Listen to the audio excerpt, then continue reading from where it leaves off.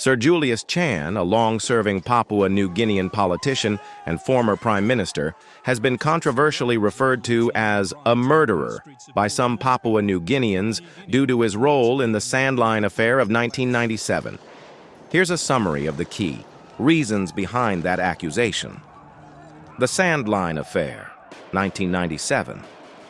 During Chan's second term as prime minister, the government hired a private military company, Sandline International, to suppress the Bougainville Conflict, a civil war centered around the Panguna mine and issues of autonomy. The deal involved bringing in foreign mercenaries to assist the Papua New Guinea Defense Force, PNGDF, in defeating the Bougainville Revolutionary Army, BRA.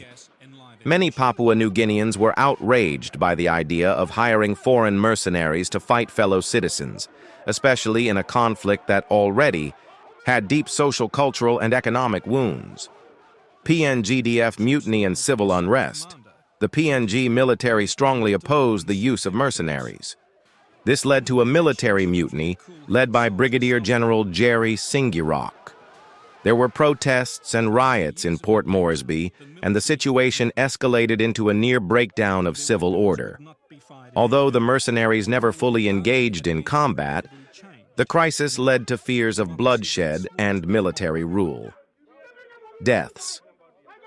During the crisis, while there wasn't mass killing by the mercenaries, several people died during protests and clashes linked to the crisis.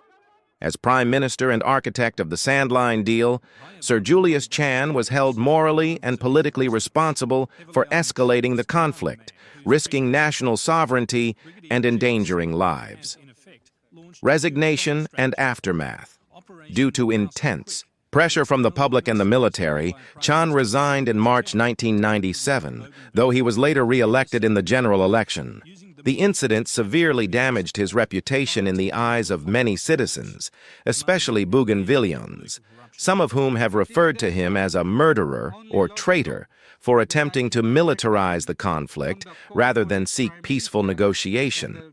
So while he was never convicted of murder, the label is symbolic, rooted in public anger, betrayal, and the perception that he prioritized military force over peace, leading to unnecessary loss of life and national turmoil.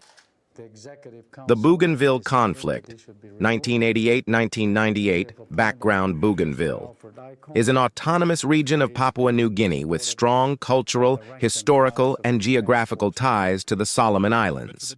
In the 1970s, Rio Tinto, a multinational mining company, began operations at the Panguna copper and gold mine, one of the world's largest. Bougainvilleans received little benefit from the mine while facing massive environmental damage and social disruption. Frustrations grew over landowner rights, unequal revenue distribution, environmental degradation, lack of government response. Conflict begins. 1988. In 1988, the Bougainville Revolutionary Army, BRA, led by Francis Ona, launched a campaign of sabotage and armed resistance to shut down the mine and seek independence. The PNG government responded with police and military force. The mine was closed in 1989, and Bougainville descended into a brutal civil war that lasted nearly a decade.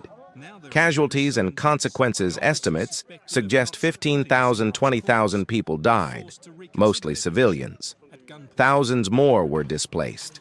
PNG imposed a blockade, cutting off essential services and medical supplies.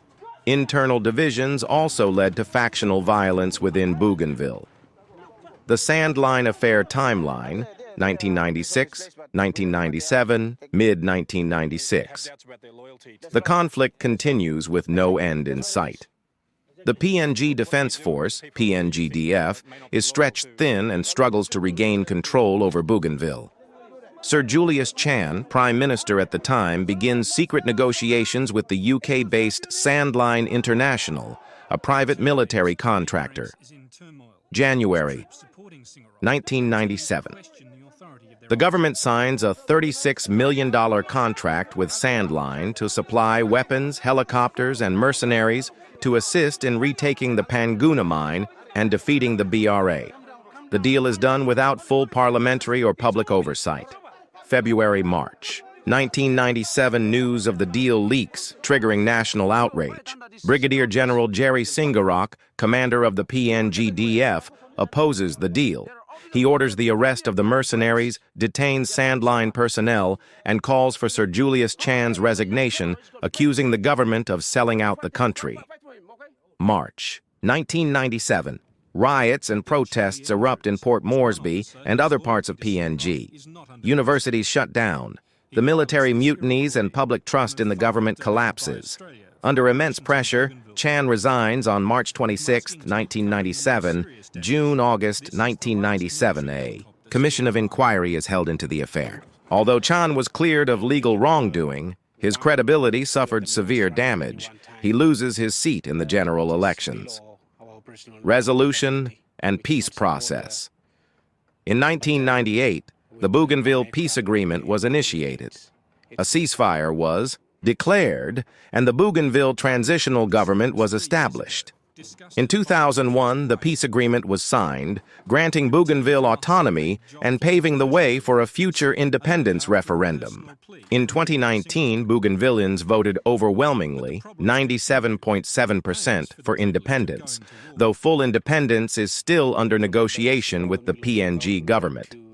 Sir Julius Chan's decision to use mercenaries during a deeply sensitive internal conflict made him a symbol of betrayal for many Papua New Guineans.